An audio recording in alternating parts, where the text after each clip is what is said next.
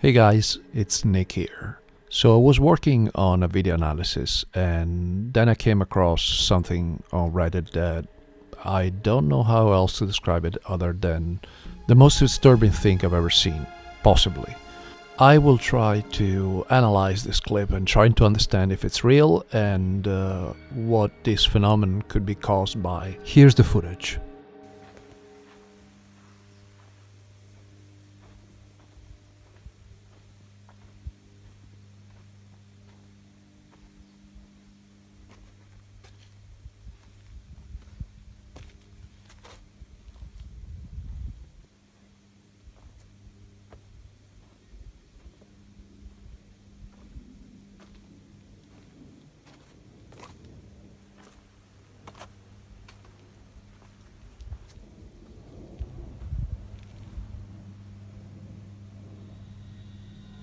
Why am I showing you this?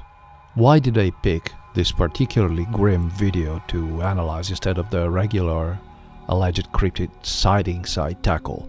First of all, Strange Spotting is a channel, as the name suggests, about strange stuff. Even if the explanation behind this is non-paranormal, we are still dealing with anomalous circumstances, and therefore I feel compelled to understand what exactly happened. Second, we cannot embrace the paranormal avenue straight away, but it is most definitely not off the table. There is a possibility here that what we're looking at is the outcome of a massive episode of animal mutilation, which is usually attributed to UFOs or interdimensional beings studying Earth biology. Alright, first things first, this video was published on Sunday, December 8th, 2024 on the Aliens Are Here subreddit. The original publisher, the Oracle 2025, didn't provide any information about who recorded this video, where and when, so we can assume he or she recorded it and didn't want to provide any other details for fear of repercussions, and it's absolutely understandable.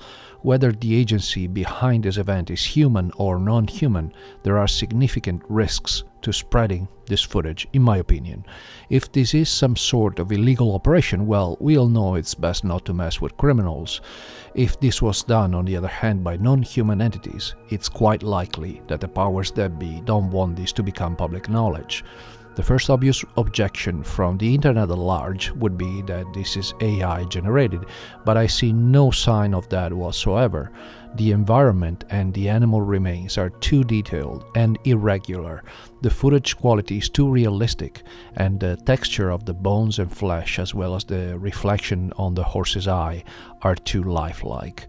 Besides, in most AI generated scenes nowadays, you notice warping and merging shapes. And there's none of that here. The scene is just too stable. This happened for real, guys. Someone had an interest in killing and arranging a herd of wild horses in this specific way after removing most of the flesh. The thing is, as soon as we start looking at this from a logical and rational standpoint, we are met with a wide array of non-logical facts. What could be the purpose of killing about 2 or 3 dozen wild horses, give or take? I think it boils down to either consumption or culling. Consumption reasons would entail the meat, the hide to be treated and sold as leather, or both. Let's start with the meat. There are many arguments that make this explanation untenable. Number one, horse meat consumption is considered taboo in many countries, and selling wild horse meat is illegal in many countries as well, such as the United States. Someone in the subreddit suggested that from the vegetation and terrain, this looks like one of the south central states like Texas, New Mexico, or Arizona. Arguably, this could be a country where wild horse meat is not prohibited and regularly consumed, or an illegal operation in the US to serve people with a particular taste in wild horse. But that leads me to number two. There was no butchering done here. Anyone with even a faint idea of how butchering is done knows that an animal is quartered, which means it is cut into big pieces. There is no realistic scenario in which the meat was taken by keeping the entire skeleton intact. And number three, it makes zero sense for anyone to butcher so many horses on site in the middle of dirt. Anyone who wanted to harvest these animals would have captured them and brought them to a facility with the right equipment. For all these reasons, the meat consumption hypothesis is unsustainable.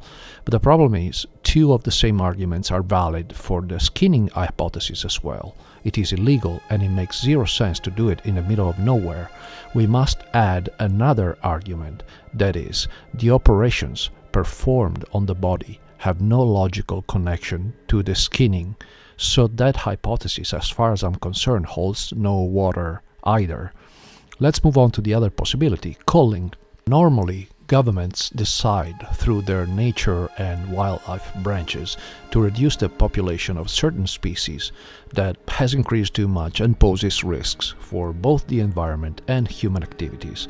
I'm not going to get into the morality of such practices. I am just presenting you reality as is for the sake of our investigation. When something like that is decided, there are qualified and authorized officials to do the deed, and it's always done with at least some degree of respect for animals and for the environment.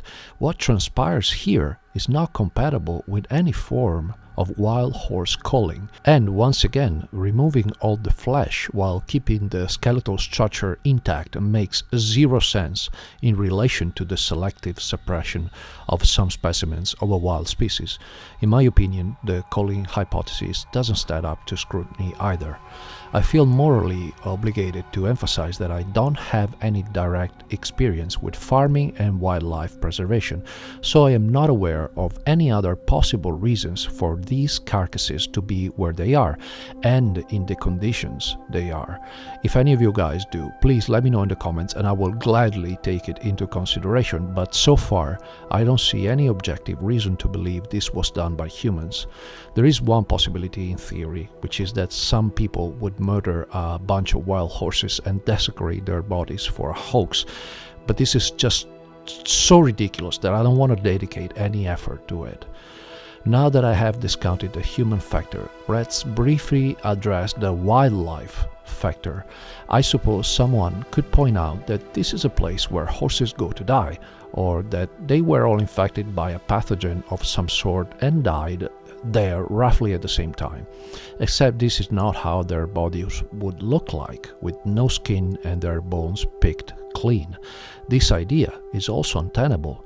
As for the predation aspect, there is no predator, not just in North America, but anywhere around the world, that could attack and kill about 30 horses in one sitting. As anyone who has ever watched wildlife videos can attest, herbivores fight back. A grizzly or a Kodiak bear can take down a horse, but they do not hunt in packs, they act alone. And this is not the type of environment for brown bears. Besides, horses don't stand around idly to be eaten. And that leads me to the two glaring aspects that could go unnoticed at first. Number one, these horses were clearly killed. How did the author of this horrible massacre manage to get them in one place and stand still to be killed one by one instead of running in fear? Number two, why are there no insects around? Why isn't there any sign of scavengers eating the remains? Those of you who are familiar with the channel know that I have analyzed many videos and concluded that some cryptids are real.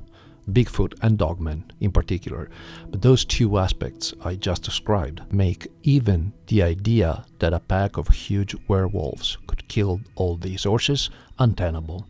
So if humans didn't do it, microorganisms didn't do it, regular predators didn't do it, and unrecognized humanoids didn't either, there is only one possibility left, and that is that whoever killed these animals did it to study them and had very advanced technology at their disposal. For those of you who have already seen Investigation Alien, the new series on Netflix produced by the great George Knapp, you might recall that the aspect of scavengers and insects staying clear of the carcasses of mutilated cattle is discussed at length. It is speculated that aliens or interdimensional beings, depending on your view on the subject, somehow inject or radiate the animals with something that insects and other animals can detect. What I'm about to say, on the other hand, is not discussed in that show. It is my theory, albeit not a particularly brilliant one.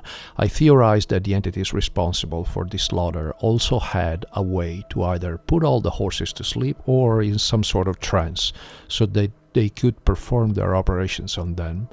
I did not use the same probabilistic approach in this video like I normally do, and I cannot tell you with absolute certainty that it was in fact someone from another world or dimension to do this, but for all the reasons explained so far, I consider it the most plausible explanation.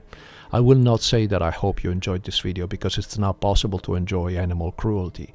I just hope that it was informative. If you would like to see something less disturbing but equally perplexing, I recommend watching my latest video analysis of Bigfoot video evidence right here. Thanks for watching, and I will see you in the next one.